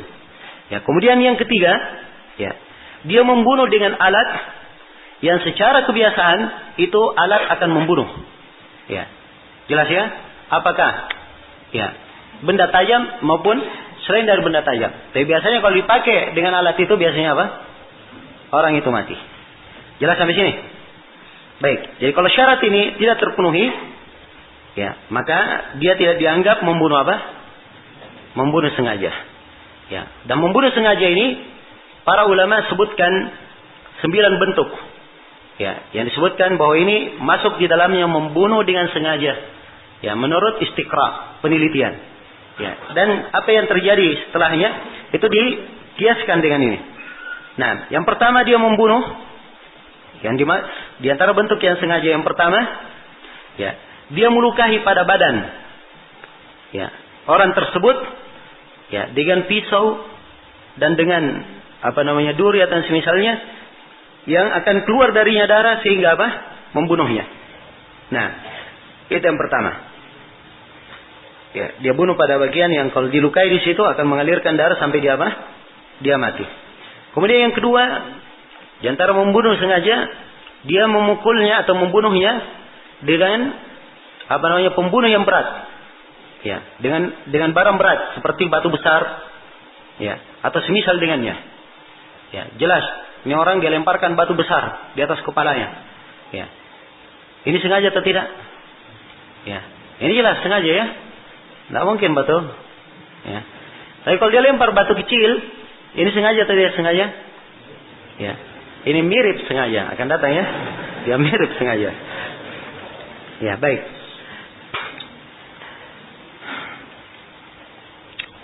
Kemudian yang ketiga, ya, di antara bentuk membunuh sengaja, dia lempar ke hewan, ke binatang buas. Ya, misalnya dia lempar di depan singa, ya, atau dia dijatuhkan di tengah ular kobra, ya misalnya.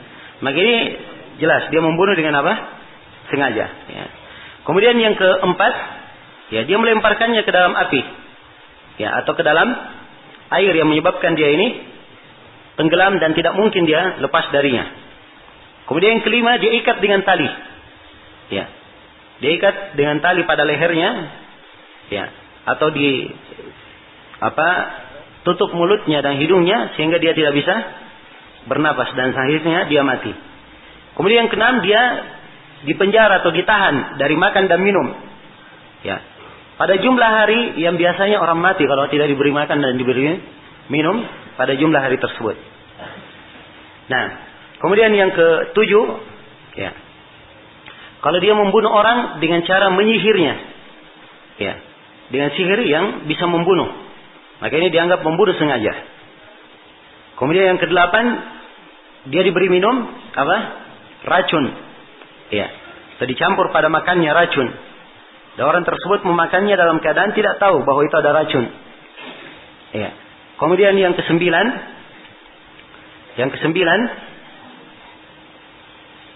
dari bentuk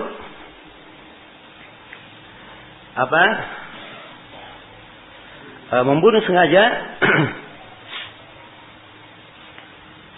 Ya. Dari bentuk membunuh sengaja, ada beberapa orang saksi. Ya, ada orang, misalnya beberapa orang saksi, dia berkata kepada si fulan, bunuh orang itu.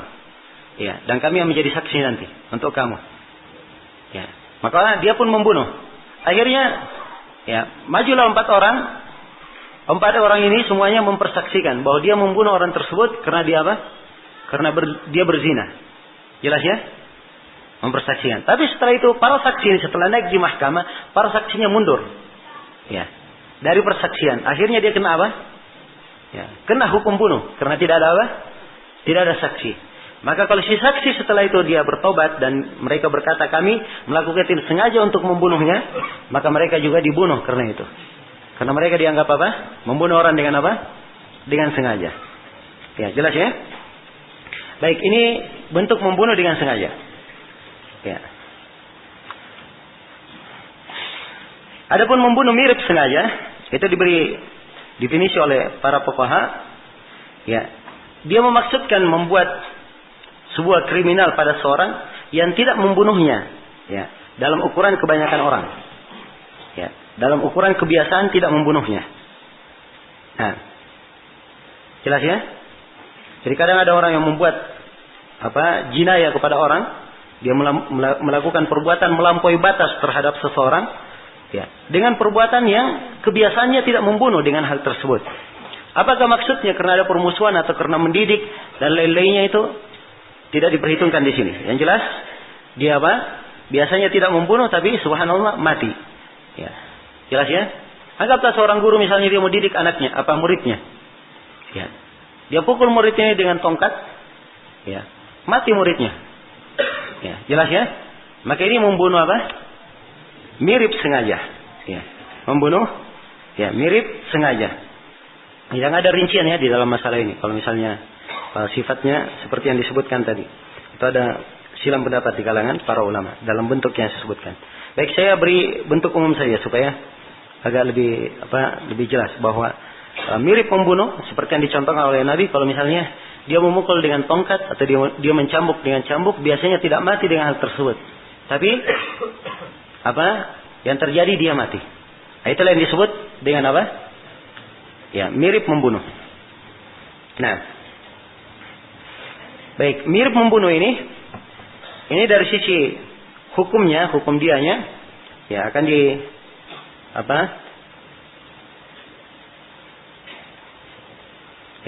akan dijelaskan oleh Syukani insyaallah masalah dia. Mungkin kita akan terangkan di situ. Baik, sekarang kita pindah pada yang ketiga. Membunuh dengan apa? Tidak sengaja. Membunuh tidak sengaja. Ya, tidak sengaja itu adalah dia tidak memaksudkan untuk membunuhnya. Dia berbuat sebuah perbuatan, ya. Dia membidik, ya, misalnya hewan buruan atau sasaran, tapi ternyata yang terkena adalah apa? Adalah orang yang terjaga darahnya. Nah, maka ini dianggap apa? Dianggap tidak sengaja. Dianggap tidak sengaja. Demikian pula anak kecil, itu kalau dia terjadi misalnya anak kecil dan orang yang gila dia membunuh, maka ini dianggap membunuh apa? Tidak sengaja. Jelas ya? Ya. Dan demikian pula kalau misalnya seorang menggali sebuah sumur, ya, menggali sebuah sumur di jalan, kemudian tiba-tiba ada yang jatuh di dalamnya, maka ini dianggap sebagai membunuh apa? Tidak sengaja. Sebab dia menggali mungkin ada maksud dia menggalinya. Ya, kecuali kalau dia sengaja menggali untuk membuat orang jatuh di situ, ya, maka ini lain lagi masalahnya. Ya, baik. Jadi dia asalnya tidak ada maksud untuk membunuh.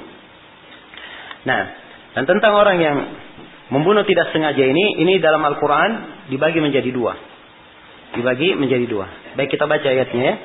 Wa man qatala mu'minan khata wa ma kana lil mu'minin ay yaqtula mu'minan illa khata. Tidaklah pantas seorang mukmin membunuh mukmin yang lainnya kecuali kalau terjadi dalam keadaan tidak sengaja.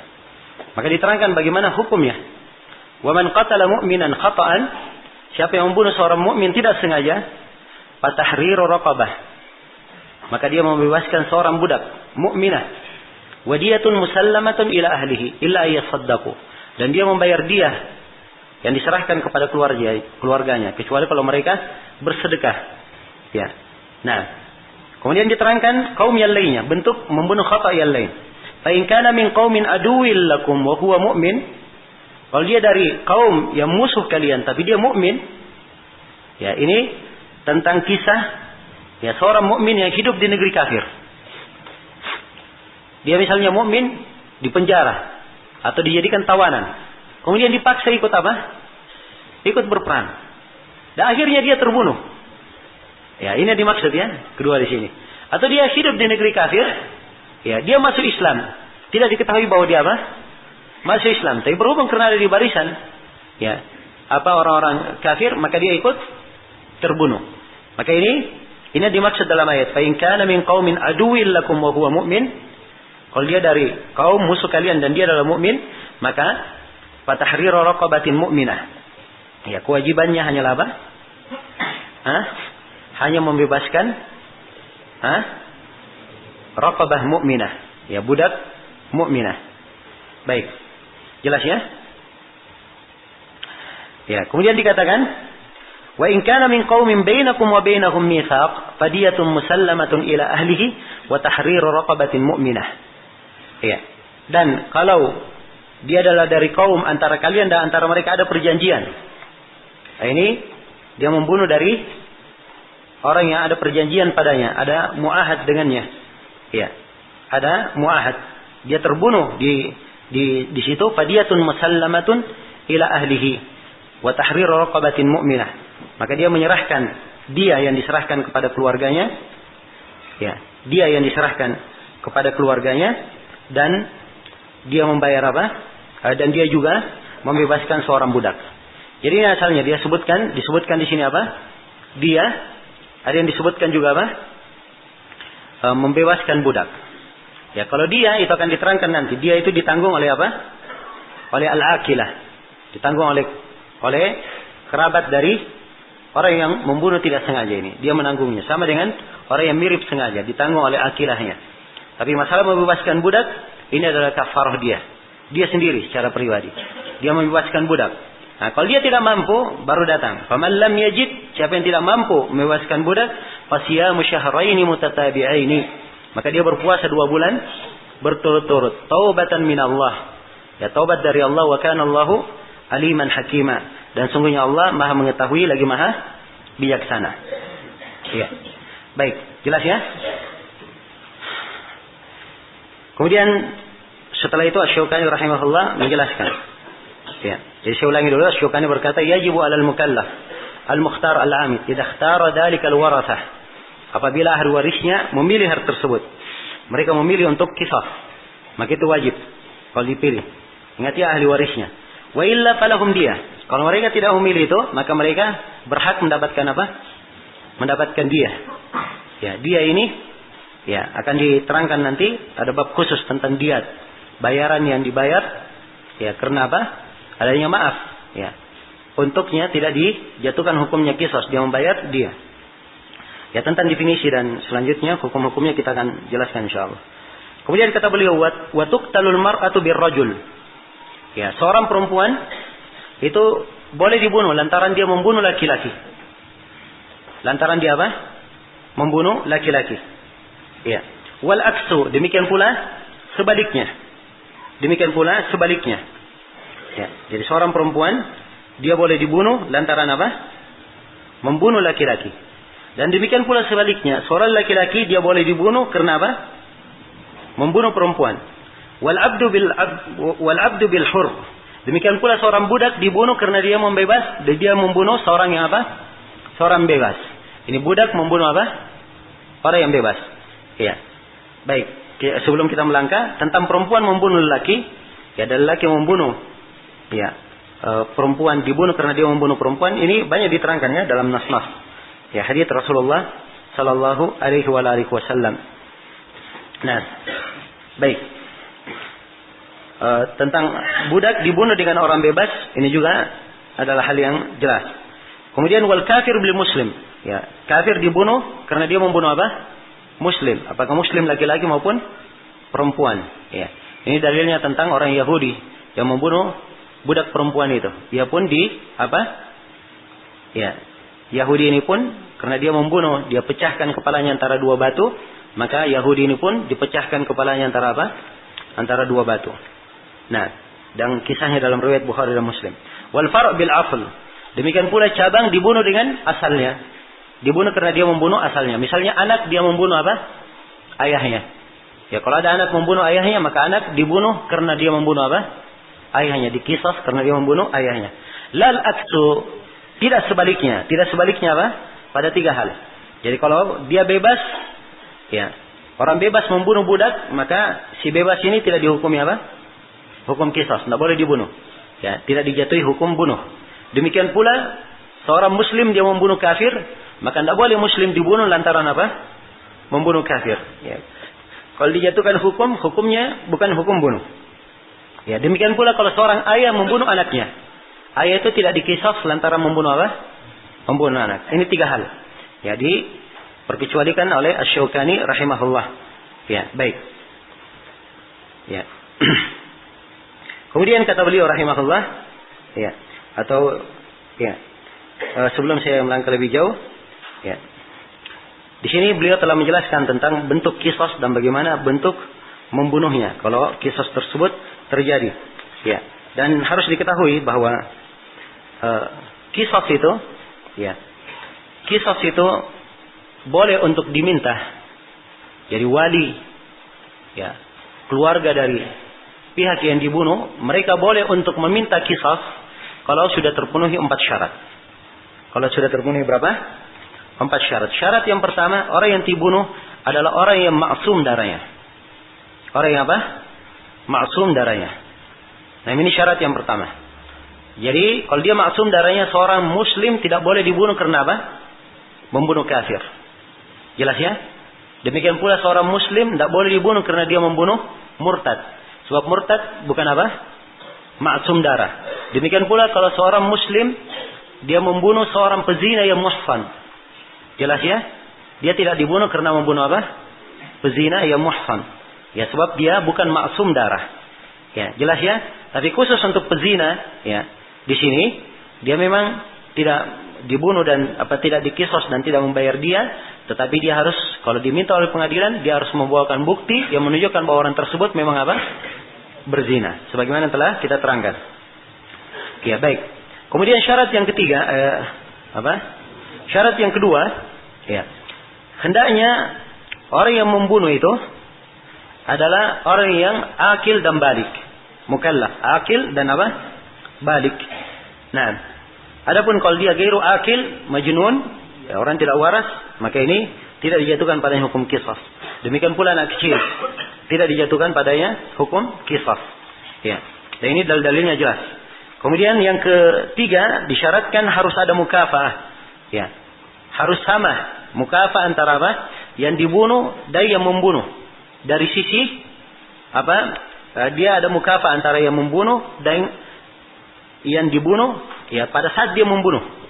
Ya, dan al-kafa'ah itu di dalam agama dan di dalam apa? Al-hurriyah. Ya. Jadi dia sama-sama muslim. Muslim membunuh muslim. Bebas membunuh bebas.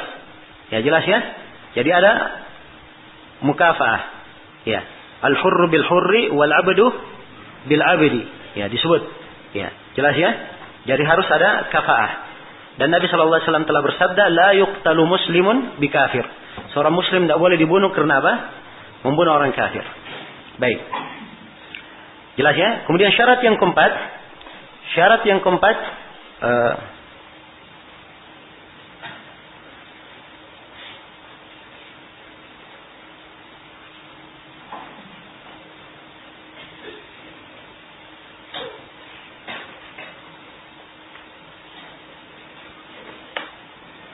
ya. Baik, syarat yang keempat, disyaratkan tidak ada apa? Wiladah, tidak ada hubungan hubungan kelahiran, tidak ada hubungan kelahiran. Ya, ini yang tadi yang kita maksudkan bahwa seorang ayah dia tidak dibunuh karena membunuh apa? Karena membunuh anaknya ke bawah. Kalau dia membunuh anaknya, cucunya, cicitnya, maka dia tidak apa? Tidak dibunuh karenanya. Dia tidak dibunuh karenanya. Nah, Jelas ya? Baik, ini 4 syarat. Apabila 4 syarat ini terpenuhi, maka para wali orang yang dibunuh itu berhak untuk meminta apa?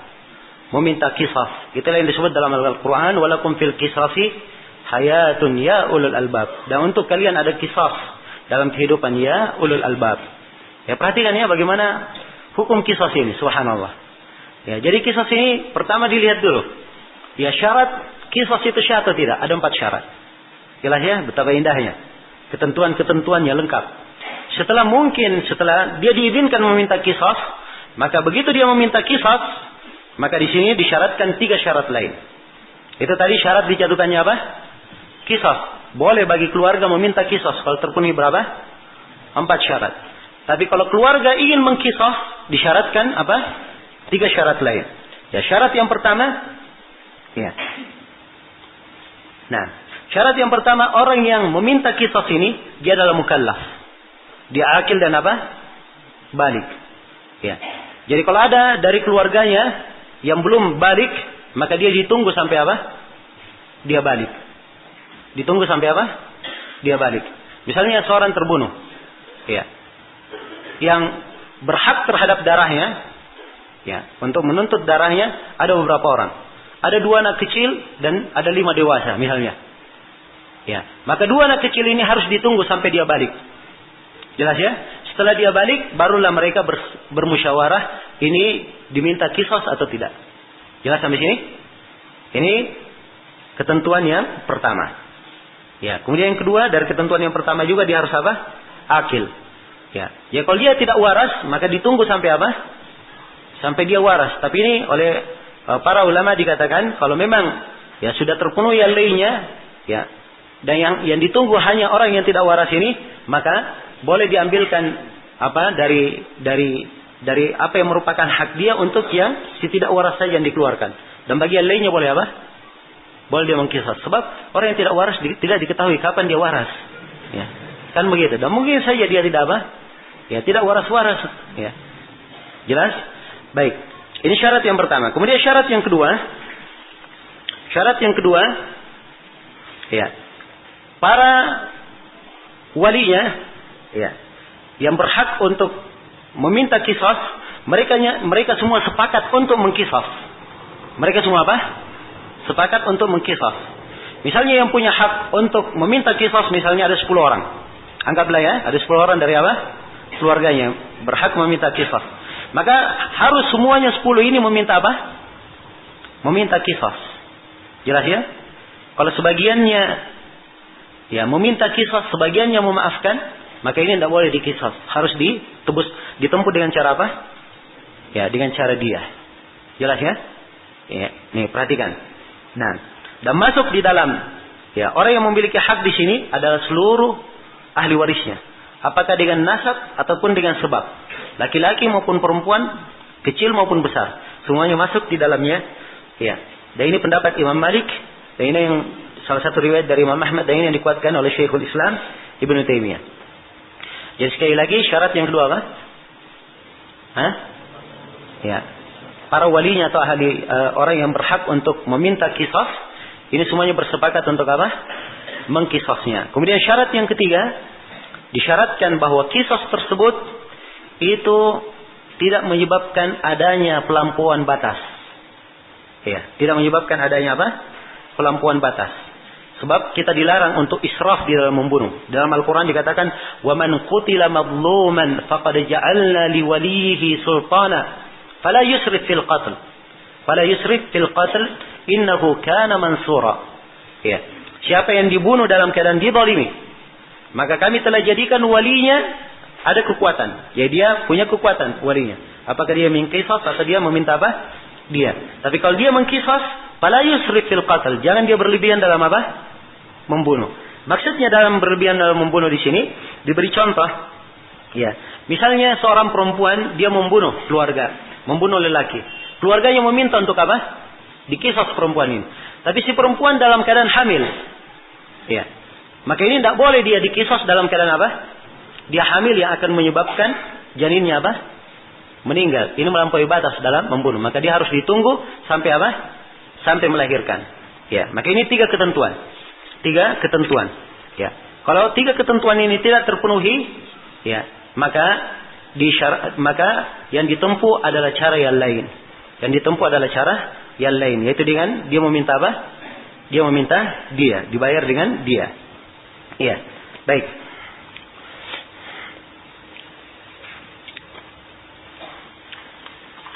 Kemudian Syaukani rahimahullah taala berkata, "Wa yathbutul qisasu fil a'dha." Ya, wa nahwiha wal juruh ma'al imkan. Dan qisas itu syah pada anggota-anggota tubuh dan semisalnya. Demikian pula pada luka-luka. Ya, sesuai dengan kemungkinan. Ya, ini dalilnya ayat. Wa katabna alaihim, kami tetapkan atas mereka jiwa dikisos dengan jiwa. Jiwa dikisos lantaran dia membunuh apa? Jiwa. Kisos dengan mata lantaran dia ya, apa? Juga berbuat pelampauan batas terhadap mata. Ya, jadi mata dengan mata, hidung dengan hidung, telinga dengan telinga, gigi dengan gigi, dan demikian pula luka dikisos dengan apa? Dengan luka. Ya, jelas ya? Ini dalil apa yang disebutkan oleh Asy-Syaukani rahimahullahu taala. Nah, tapi para ulama di sini mensyaratkan untuk kisos pada anggota-anggota tubuh ini dan luka, mereka syaratkan beberapa syarat. Ya, syarat yang pertama, ya, syarat yang pertama pada anggota tubuh yang bisa dikisos, disyaratkan anggota tubuh itu kalau dikisos dengannya, maka tidak dikhawatirkan dia menjadi apa? Menjadi busuk atau menjadi bangkai. Ya. Jadi kalau misalnya dipotong tangannya akan mengakibatkan, ya misalnya dia memotong tangan orang, kemudian tangannya kalau dipotong maka akan mengakibatkan ini menyebabkan menjalar ke tempat yang lainnya juga menjadi rusak, maka ini tidak diperbolehkan. Ya, tidak dengan cara apa? Dikisos, tapi dia membayar diah nantinya. Dia mengambil diah dari itu. Baik.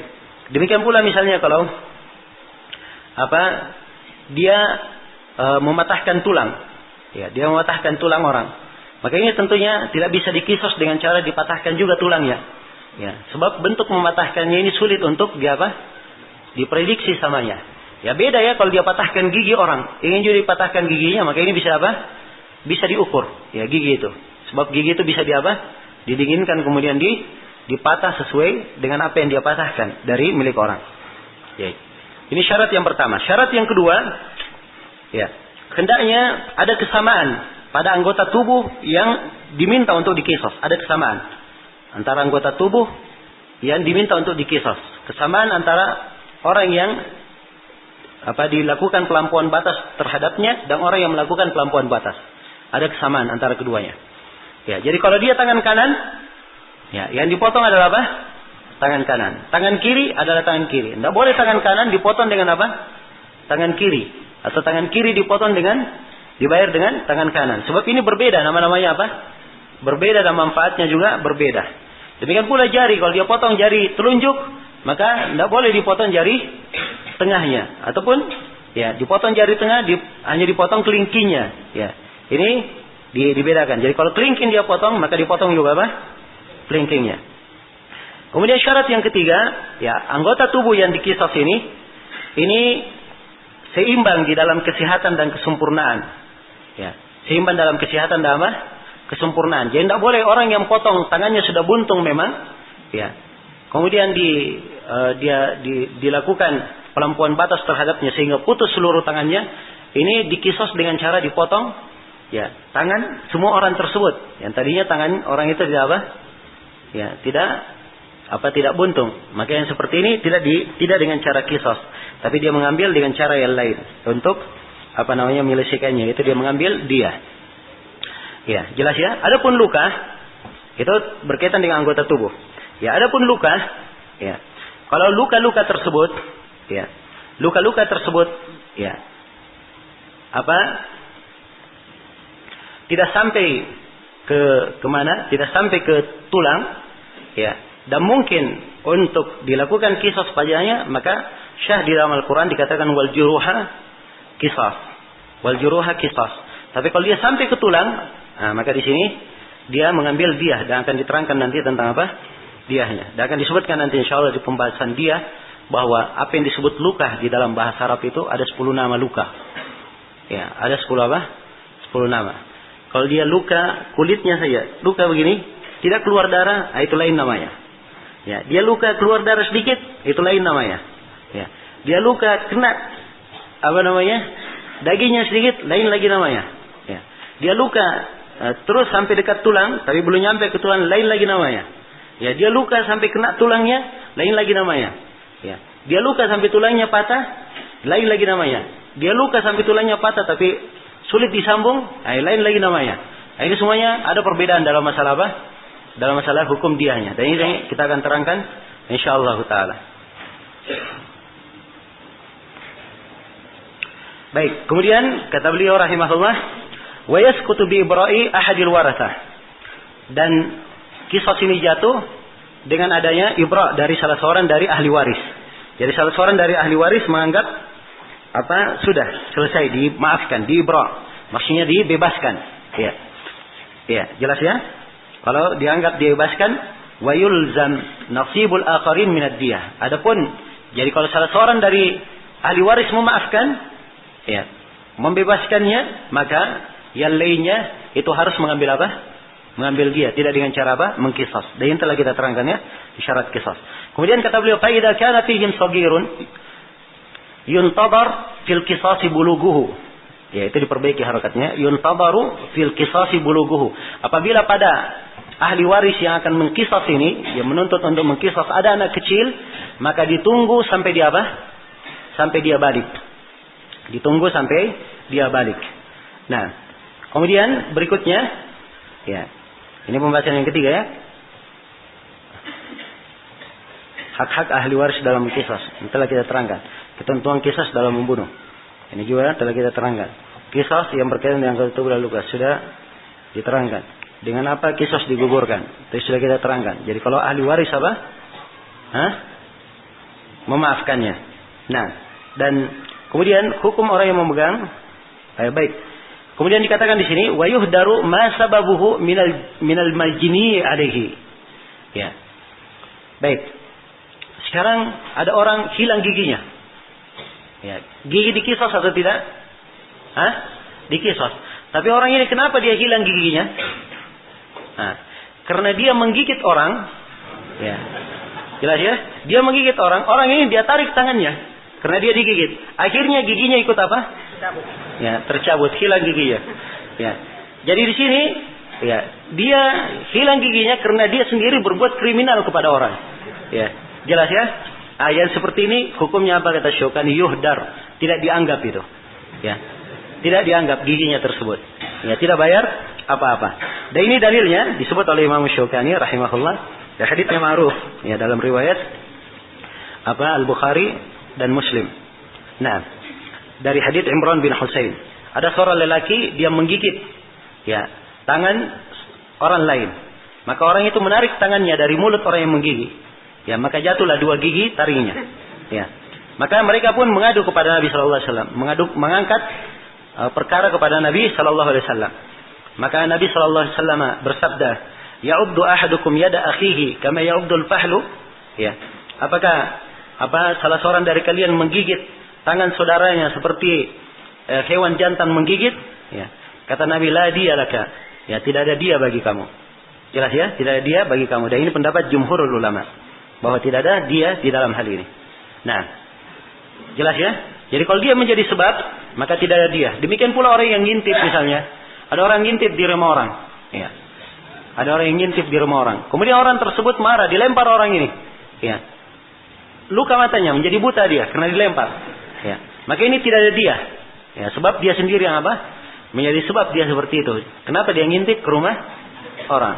Ya, jelas ya. Dan ini telah disebutkan dalam sebagian hadits Nabi sallallahu alaihi wasallam tentang ini. Baik. Kemudian kata beliau rahimahullah, ya. Wa idza amsaka rajulun wa qatala akhar, ya. Qutila al-qatil wa hubisa al-mumsik. Nah, ini kalau misalnya ada orang yang dibunuh, ya. Salah satunya dibunuh dua orang yang terlibat di dalamnya. Ya, jadi satu yang membunuh dan satunya hanya memegang saja. Ya, maka yang membunuh dia dikisos dengan dibunuh dan satunya lagi dengan apa? Dia dipenjara. Dan satunya dengan dia dipenjara. Dan ini oleh Syaukani ditekankan di sini. Beliau berdalilkan dengan sebuah hadits yang diriwayatkan oleh Ad-Darqutni. Nah, diriwayatkan oleh Ad-Darqutni dari Ibnu Umar. Ya, tapi Ad-Darqutni sendiri menyebutkan bahwa hadits ini adalah hadits yang mursal dan lebih beliau tarjih riwayatnya sebagai hadits yang mursal. Nah, sebagai riwayat yang mursal. Baik, maka ini hukum tentang masalah ini. Ini pembahasan sebenarnya dia kembali ke mahkamah. Ya, sebab dilihat. Ya, orang yang memegang ini, ya, dia apa kedudukannya memegang? Ya. Jelas ya? Apa kedudukannya dia memegang? Ya, sebab dimaklumi orang yang menjadi sebab terbunuhnya walaupun bukan langsung dia membunuh, dia juga dihukum apa? Dihukum bunuh. Ada yang menyuruh misalnya. Ada orang yang membunuh, tapi yang membunuh ini karena dia apa? Ya, dia disuruh untuk membunuh. Ya, jelas? Maka yang menjadi sebab ini itu juga dianggap apa? Dianggap membunuh. Ya, sebab Nabi Shallallahu Alaihi Wasallam telah menyebutkan tentang celaan terhadap orang yang mencela orang tuanya. Maka seorang sahabat berkata, ya Rasulullah, ya, kenapa bisa seorang mencela orang tuanya? Maka Nabi Shallallahu Alaihi Wasallam bersabda, dia mencela orang tua orang lain, kemudian orang tua itu dia kembali mencela orang tua dia. Ya. Jadi dia tidak mencela orang tuanya langsung, tapi dia menjadi sebab orang tuanya apa? Dicela. Ya. Tapi oleh Nabi dia disebut sebagai orang yang mencela apa? Orang tuanya. Ini dalil di dalam masalah ini. Ya. Baik, kemudian kata beliau rahimahullah, wa fi qatlil khata'i ad-diyatu wal kaffarah. Wa ma laysa bi'amdin wa huwa ma laysa bi'amdin. Wa min sabiyyin aw majnun. Nah, kata beliau dan di dalam membunuh al-khata', ya, dan di dalam membunuh salah itu membayar diyah dan ada kaffarah. Ya, kalau dia membunuh tidak sengaja, maka ada diyah dan ada apa? Ada kaffarah. Ya, jelas ya? Jadi itu urutannya. Ya. Sekarang kita ada 3 jenis membunuh. Yang pertama membunuh apa? Sengaja. Membunuh sengaja ini dikisas atau dia apa? Membayar apa? Membayar dia. Baik. Kemudian yang kedua dia membunuh apa? Mirip sengaja. Maka ini dia bayar dia dan membayar apa? Membayar kafarah. Ya. Kalau dia membunuh tidak sengaja maka dia apa? Ya. Membunuh tidak sengaja. Maka dia bayar dia dan bayar kafarah juga. Ya, sama ya dengan yang mirip sengaja. Perbedaannya apa?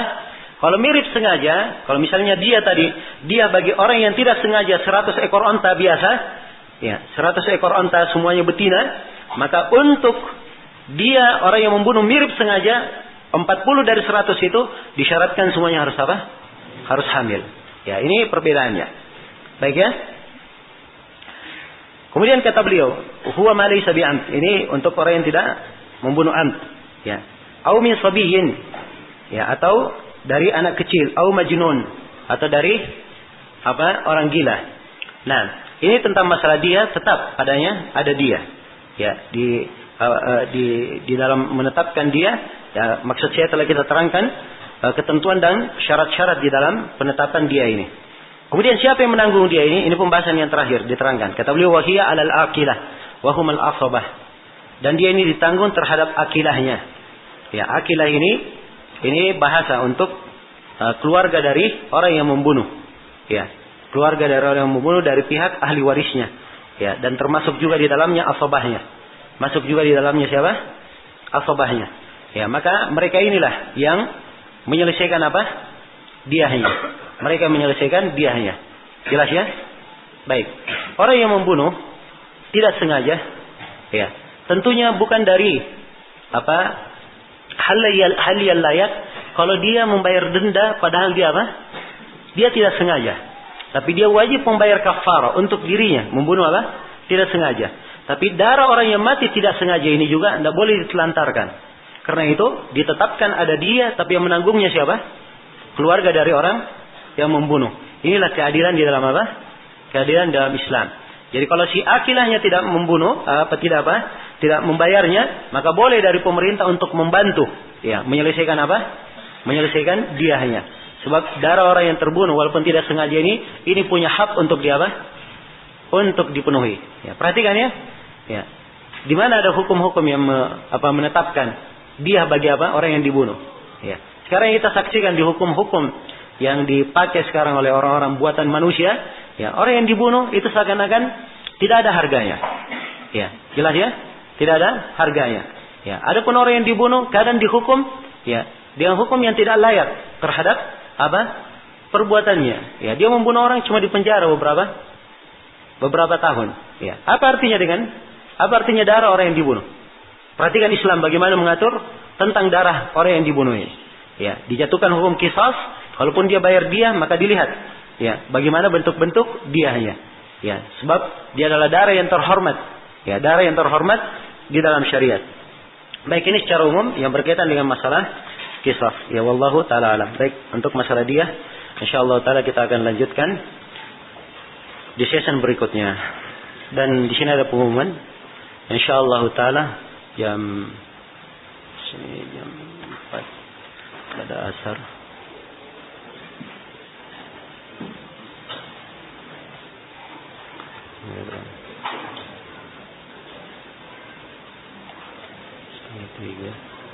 Ya, mungkin sekitar jam 8:30 atau jam 9.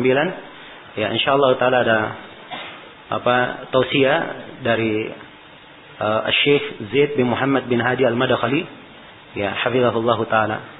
Ya, juga melalui telepon, dan beliau ini juga salah seorang ulama besar kita di masa ini. Ya. Hafizahullah. Beliau sekarang tinggal di daerah Famitah. Ya. Dekat dari tempat Syekh Ahmad An-Najmi dahulu. Ya, rahimahullah. Nah, dan Syekh Zaid ini dikenal oleh kalangan para ulama. Semuanya mengenal beliau, ulama besarnya maupun ulama mudanya. Ya. Semuanya mengenal beliau sebagai seorang alim, ulama besar. Ya, rahimahullah. Sampai pernah dalam sebuah kegiatan Menteri Agama ke wilayah Jizan, dan waktu itu berjumpa dengan Syekh Zaid. Maka Menteri Agama berkata, beliau ini adalah salah seorang dari ulama besar kita di negeri ini. Nah, jelas ya? Baik. Dan ini adalah kesempatan yang baik insyaallah. Ya, kita sudah membuat janji dengan beliau. Ya, mudah-mudahan tidak ada halangan. Ya, dan semuanya berjalan dengan lancar. Ya, dan kemarin juga semuanya sudah kita format hal-hal yang kita inginkan berjalan, tapi ya kalau ada halangan ya itu semuanya di luar kemampuan kita. Tapi kita berusaha semaksimal mungkin ya sesuai dengan waktunya, sebab waktunya ba'da asar waktu di sana. Ya, kalau ba'da asar waktu di sana, kita lihat waktu asar sekarang mungkin 3:30 atau jam 4 waktu sana, dan kita lebih cepat 5 jam di Makassar. Baik, jadi antara 8:30 atau jam 9. Ya, sekira cukup sampai sini. Subhanakallahumma bihamdik, asyhadu an la ilaha illa anta, astaghfiruka wa atubu ilaik, walhamdulillahirabbil alamin.